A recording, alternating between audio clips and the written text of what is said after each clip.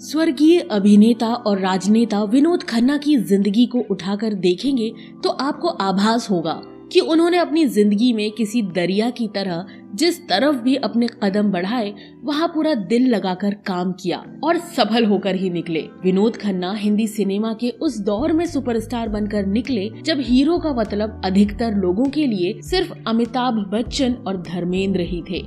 अपने पिता की बंदूक के सामने खड़ा एक नौजवान जो आगे चलकर बॉलीवुड का सबसे बड़ा अभिनेता बना और फिर अपना करियर छोड़कर शांति की खोज में निकल गया और वहाँ पर जब काम खत्म हुआ तो सिनेमाई दुनिया में फिर से जद्दोजहद में लग गया तथा एक बार फिर वही मुकाम हासिल किया जो वो छोड़ कर गया था। इसके बाद एक बार फिर से जब सिनेमा से जब मन ऊबने लगा तो राजनीतिक गलियारों की सैर पर निकला और वहाँ भी अपने झंडे गाड़ दिए। इस आसान सी सफलताओं से भरी नजर आने वाली जिंदगी में किस तरह के मोड़, कौन सी मुश्किलें और कौन कौन से लोगों से विनोद खन्ना का सामना हुआ, आज के इस एपिसोड में हम इसी पर विस्तार से चर्चा करने वाले हैं। तो चैनल को सब्सक्राइब कर वीडियो के अंत तक बने रहिए।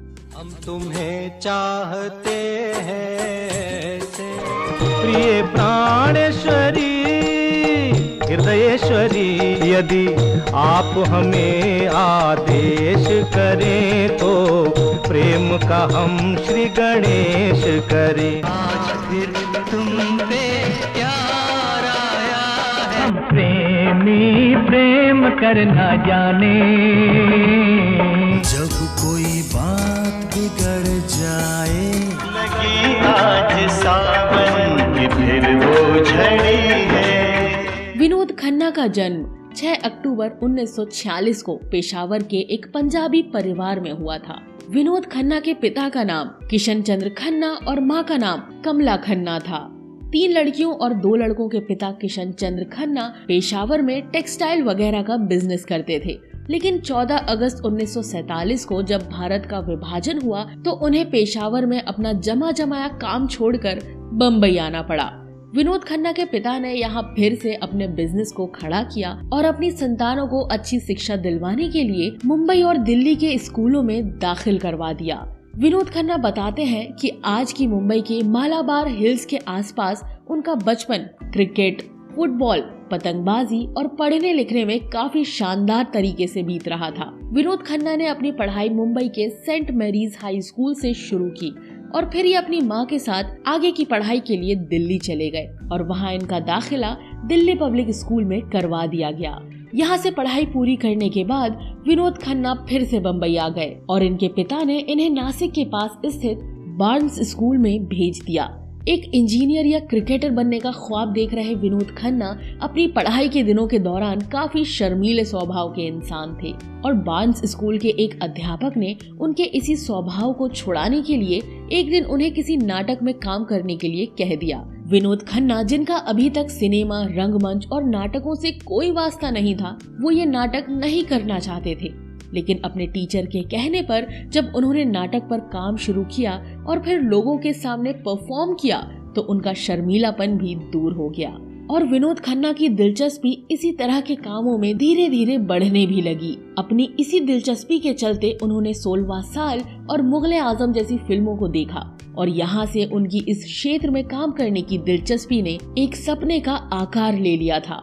विनोद खन्ना अब सिनेमाई दुनिया में आना चाहते थे, लेकिन अपने पिता को फिल्मों में काम करने वाली बात बताने से झिझक रहे थे क्योंकि उन्हें ऐसे काम बिल्कुल भी पसंद नहीं थे और दूसरी ओर उस दौर में हर दूसरा आदमी फिल्मों में काम करने वाली बात को टेढ़ी नजरों से देखता था। इन सब कारणों के चलते विनोद खन्ना ने अपनी पढ़ाई पर ध्यान देना उचित समझा और बम्बई के सिडेनहैम कॉलेज से अपनी ग्रेजुएशन की पढ़ाई पूरी की। अपनी कॉलेज लाइफ के दौरान विनोद खन्ना की मुलाकात एक पार्टी में मशहूर अभिनेता और निर्माता सुनील दत्त से हुई, जो उस समय अपने भाई सोम दत्त को फिल्मों में लाने की तैयारी कर रहे थे और इस मकसद से बन रही फिल्म में एक किरदार के लिए उन्हें विनोद खन्ना की कदकाठी और चेहरा पसंद आ गया। सुनील दत्त ने उसी पार्टी के दौरान विनोद खन्ना को अपनी फिल्म में काम करने का ऑफर दे दिया।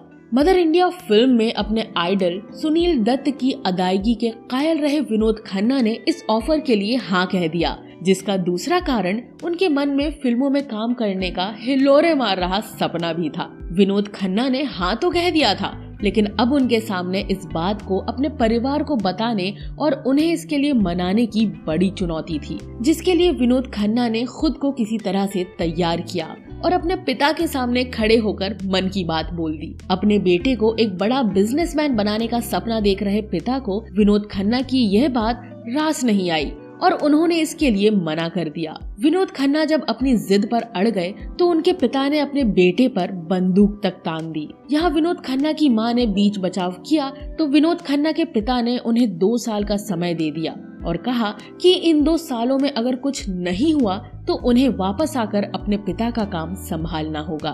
विनोद खन्ना को अपने सपनों को साकार करने के लिए एक कोशिश की जरूरत थी और उस कोशिश के लिए उन्होंने अपने पिता की शर्त को मान लिया और सिनेमाई दुनिया की तरफ चल दिए। यहाँ सुनील दत्त अपने भाई को हीरो के रूप में स्थापित करने के लिए फिल्म मन का मीत पर काम कर रहे थे और इस फिल्म में हैंडसम विनोद खन्ना को उनका पहला किरदार विलेन का दिया गया। बिना किसी स्पेशल ट्रेनिंग और अपने काम की शिक्षा लिए फिल्मों में काम करने आए विनोद खन्ना को इस फिल्म में लोगों ने हीरो से भी अधिक प्यार दिया और वो एक अभिनेता के तौर पर स्थापित हो गए। अपनी पहली फिल्म के बाद विनोद खन्ना को सहायक और विलेन का किरदार निभाने के लिए कई फिल्मों में साइन किया गया, जिसमें पूरब और पश्चिम, मेरा गांव मेरा देश, आन मिलो सजना और सच्चा झूठा जैसी फिल्मों के नाम मुख्य रूप से लिए जा सकते हैं। साल 1971 में राज खोसला के डायरेक्शन में बनी फिल्म मेरा गांव मेरा देश में धर्मेंद्र जी के सामने विलेन विनोद खन्ना के किरदार को काफी पसंद किया गया था। फिर चाहे उनकी काले रंग की ड्रेस की बात हो या लाल सुर्ख आंखें, एक विलेन के रूप में उनके हर अंदाज को लोगों द्वारा खूब पसंद किया गया था।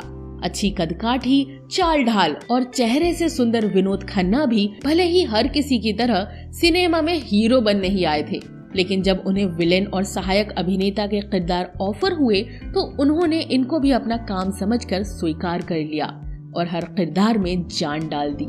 यही वजह रही कि जिस दौर में किसी विलेन का हीरो बनना नामुमकिन माना जाता था, वहाँ विनोद खन्ना के काम को देखकर 3 सालों बाद ही उन्हें मुख्य अभिनेता के किरदार भी ऑफर होने लगे थे। डायरेक्टर शिव कुमार ने विनोद खन्ना की इस काबिलियत को सबसे पहले पहचाना और उन्हें अपनी फिल्म हम तुम और वो में हीरो के तौर पर साइन कर लिया। विनोद खन्ना को हीरो के तौर पर सबसे पहले काम भले ही शिव कुमार ने दिया था, लेकिन साल 1971 में आई गुलजार साहब की फिल्म मेरे अपने के जरिए उन्हें इस तरह के किरदारों में पर्दे पर लोगों ने प्यार देना शुरू किया था। इसलिए मेरे अपने को विनोद खन्ना की एक हीरो के तौर पर पहली फिल्म भी माना जाता है। गुलजार साहब की डायरेक्टोरियल डेब्यू रही फिल्म मेरे अपने का एक गीत कोई होता जिसको अपना को विनोद खन्ना अपने करियर का सबसे पसंदीदा गीत मानते थे। साल 1973 में विनोद खन्ना ने गुलजार साहब के साथ एक और फिल्म अचानक में भी काम किया, जिसमें कोई गीत नहीं था, लेकिन ये फिल्म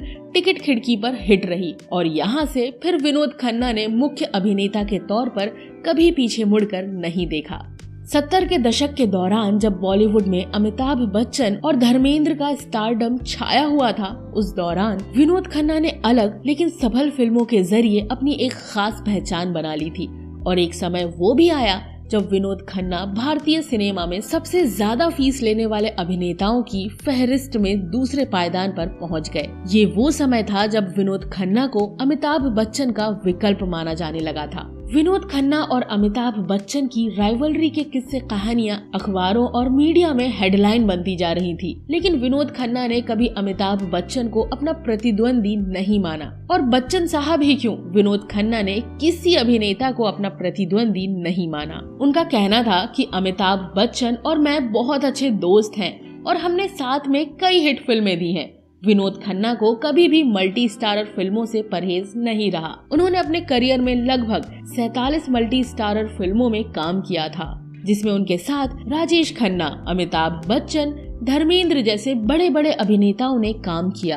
अमिताभ बच्चन और विनोद खन्ना ने साथ में परवरिश, हेरा फेरी, अमर अकबर एंथनी और मुकद्दर का सिकंदर जैसी कई बड़ी फिल्मों में काम किया था, इसलिए तुलना होनी तो लाजमी सी बात थी। मुकद्दर का सिकंदर फिल्म की शूटिंग के दौरान जब अमिताभ बच्चन के हाथों से फेंके गए कांच के गिलास से विनोद खन्ना के चेहरे पर चोट लगी तो मीडिया में ये खबरें बनने लगी कि विनोद खन्ना के चेहरे को बिगाड़ने के लिए अमिताभ ने जानबूझकर ऐसा किया था। विनोद खन्ना के चेहरे पर वो निशान ताउम्र रहा, जिसके लिए अमिताभ बच्चन ने उनसे माफी भी मांगी थी। विनोद खन्ना को कभी भी अपने स्टारडम का नशा और बड़े अभिनेता होने का अभिमान नहीं रहा। यही वजह रही कि साल 1978 में अपने करियर के पीक पर इन्होंने मैं तुलसी तेरे आंगन की जैसी फिल्म में काम करना भी स्वीकार कर लिया, जो पूरी तरह से एक वुमेन सेंट्रिक फिल्म थी। विनोद खन्ना एक तरफ जहां अपने करियर में फेम, पैसा, शोहरत, प्यार सब कुछ कमा रहे थे, तो वहीं दूसरी ओर उनका मन 80 का दशक आते आते बेचैन सा रहने लगा था। वो किसी ऐसी जगह की तलाश में थे जहां उन्हें शांति मिल सके। विनोद खन्ना बताते हैं कि वो अपने करियर के दौरान वो बहुत ही गुस्सैल और हाइपर एक्टिव किस्म के इंसान थे, और ऐसे में जब उनकी मां का निधन हुआ तो इमोशनल विनोद खन्ना की ये बेचैनी और भी बढ़ने लगी। ऐसे में उनकी मुलाकात ओशो से हुई, और विनोद खन्ना जो रविवार को कभी शूटिंग नहीं करते थे, अब सप्ताह में 2 दिन ओशो के साथ पुणे में रहने लगे।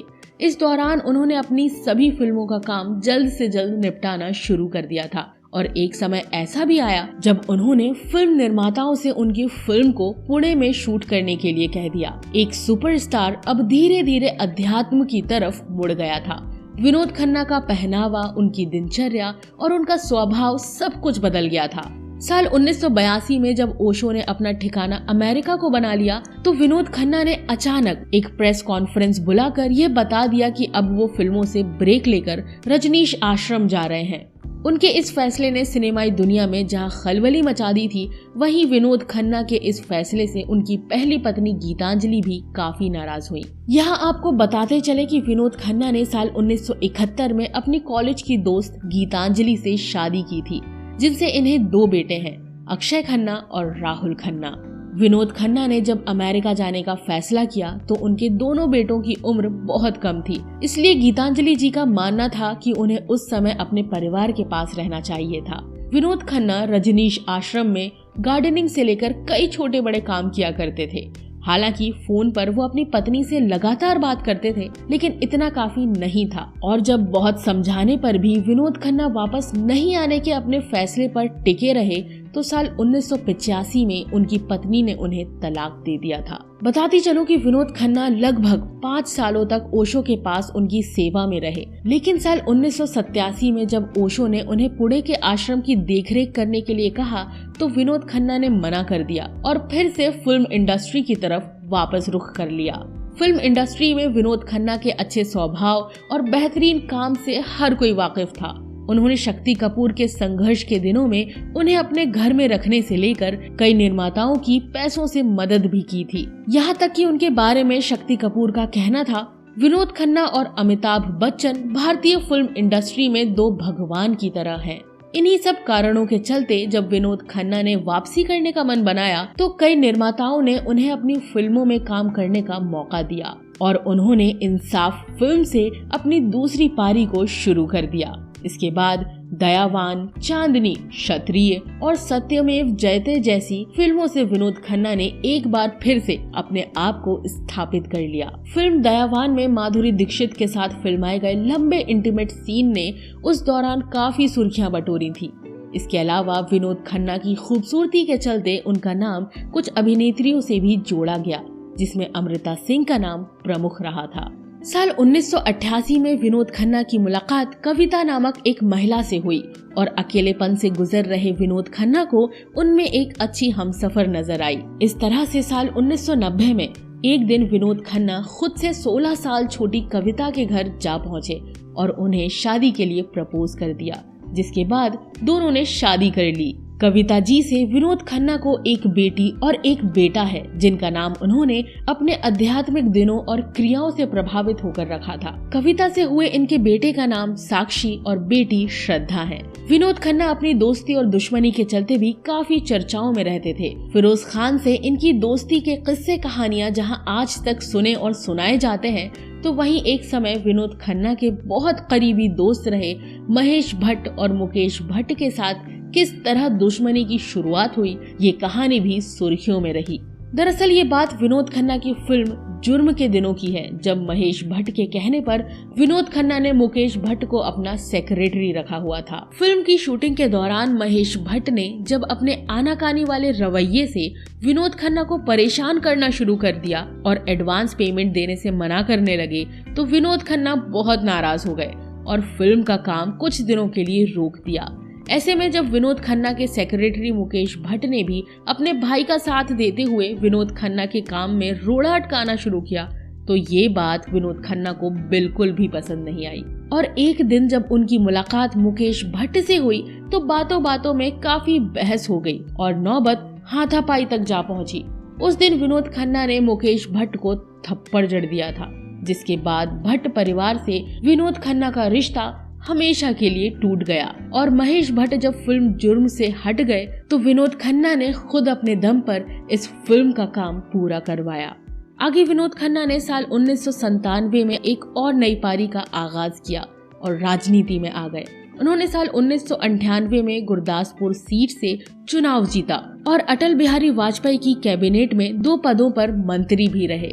2009 में चुनाव हारने के बाद 2014 में एक बार फिर विनोद खन्ना ने सिनेमा की तरह राजनीति में सफल वापसी की। हेमा मालिनी को राजनीति में लाने का श्रेय भी विनोद खन्ना को ही दिया जाता है। विनोद खन्ना राजनेता तो बन गए थे, लेकिन उनमें अदाकारी अब भी बाकी थी। साल 2015 में शाहरुख खान के साथ फिल्म दिलवाले में नजर आने वाले विनोद खन्ना ने स्मृति ईरानी के साथ टीवी सीरियल मेरे अपने में भी नजर आए, जो 2007 से 2009 तक टेलीकास्ट हुआ था। 140 से अधिक फिल्मों में काम करने वाले विनोद खन्ना ने अपने कैरियर में 101 फिल्मों में सोलो लीड के तौर पर काम किया था। लेकिन इन सब से अलग विनोद खन्ना ने साल 1979 में बताया था कि एक अभिनेता के अलावा उनके अंदर का क्रिकेटर भी उतना ही मजबूत था। एक समय उन्होंने भारतीय टेस्ट खिलाड़ी बुद्धि कुंदरन और एकनाथ सोलकर के साथ हिंदू जिमखाना में 4 नंबर के बल्लेबाज के तौर पर क्रिकेट खेला करते थे, लेकिन फिर उन्हें यह महसूस हुआ कि वो अच्छे क्रिकेटर नहीं बन सकते।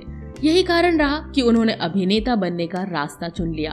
बात करें विनोद खन्ना को मिले अवार्ड्स की, तो साल 1975 में इन्हें फिल्म हाथ की सफाई के लिए बेस्ट सपोर्टिंग एक्टर की कैटेगरी में फिल्म फेयर अवार्ड दिया गया। इसके बाद उन्हें साल 1999 में फिल्म फेयर की तरफ से और साल 2007 में जी सिने अवार्ड्स की तरफ से लाइफ टाइम अचीवमेंट अवार्ड से सम्मानित किया गया। विनोद खन्ना को स्टारडम की तरह से role model of the year का अवार्ड साल 2005 को तथा 2017 को मरणोपरांत भारतीय फिल्मों का सबसे बड़ा अवार्ड दादा साहेब फाल्के पुरस्कार दिया गया। बताती चलूं कि 27 अप्रैल 2017 को कैंसर से जूझ रहे विनोद खन्ना ने हमेशा के लिए इस दुनिया को अलविदा कह दिया था। अपनी जिंदगी में सब कुछ हासिल करने वाले विनोद खन्ना की आखिरी इच्छा थी कि वो पेशावर में अपने पुश्तैनी घर को एक बार देख सकें, लेकिन कुछ कारणों के चलते उनकी ये इच्छा कभी पूरी नहीं हो पाई और वो इस एक कसक के साथ दुनिया को छोड़ गए। तो ये थी मशहूर अभिनेता और हम सब के फेवरेट विनोद खन्ना पर हमारी एक विशेष प्रस्तुति। उम्मीद है कि ये वीडियो आपको बेहद ही पसंद आई होगी। अगर वीडियो पसंद आई हो तो इसे लाइक और शेयर भी कर दें तथा ऐसे ही दिलचस्प वीडियोस की नोटिफिकेशन पाने के लिए चैनल को सब्सक्राइब करके बेल आइकॉन में ऑल का बटन दबा दें। धन्यवाद।